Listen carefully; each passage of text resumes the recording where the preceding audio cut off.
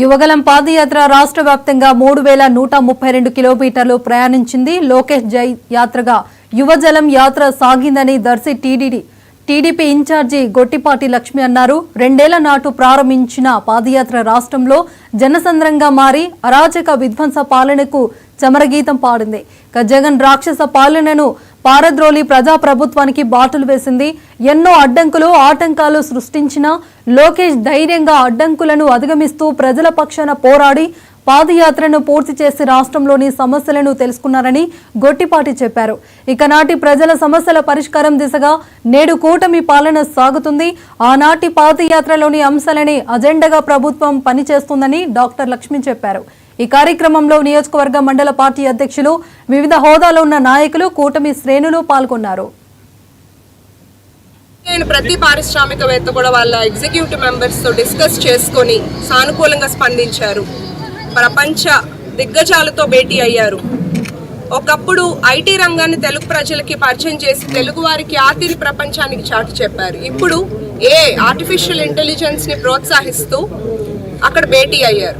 అంతేకాకుండా మైక్రోసాఫ్ట్ అధినేత bill gates, ఇంకా టాటా చైర్మన్ చంద్రశేఖర్ వంటి ప్రపంచ దిగ్గజాలు మన రాష్ట్రంలో పెట్టుబడులు పెట్టడానికి హామీ ఇస్తేనే మనకు అర్థమవుతుంది చంద్రబాబు నాయుడు గారి విజన్ ఏంటి.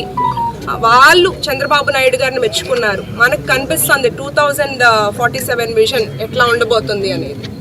2014లో చంద్రబాబు నాయుడు గారి కృషితో ఎన్నో కంపెనీలు, స్టార్టప్ కంపెనీలు, అట్లాగే 1,00,000 కోట్ల పెట్టుబడులు తీసుకొచ్చి ఏపీని ఒక బ్రాండ్ ఏపీగా నిలబెట్టారు.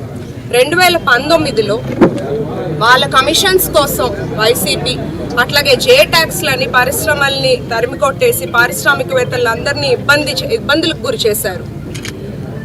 చంద్రబాబు నాయుడు గారు 2014లోనే విశాఖలో 3 సార్లు పెట్టుబడుల సదస్సులు ఏర్పాటు చేసి 1,00,000 కోట్లను తీసుకొచ్చారు. అప్పట్లోనే మనకి ఒక ఆంధ్ర రాష్ట్ర పునర్నిర్మాణానికి ఎలా అయితే కష్టపడుతున్నారో చంద్రబాబు నాయుడు గారు, అట్లాగే డిప్యూటీ సీఎం పవన్ కళ్యాణ్ గారు, మన యువ నాయకులు విద్యాశాఖ మంత్రి లోకేష్ గారు ఎప్పుడు కూడా మంచి చేసే ప్రభుత్వాన్ని ప్రజలందరూ గుర్తుపెట్టుకోవాలి, ఆదరించాలి.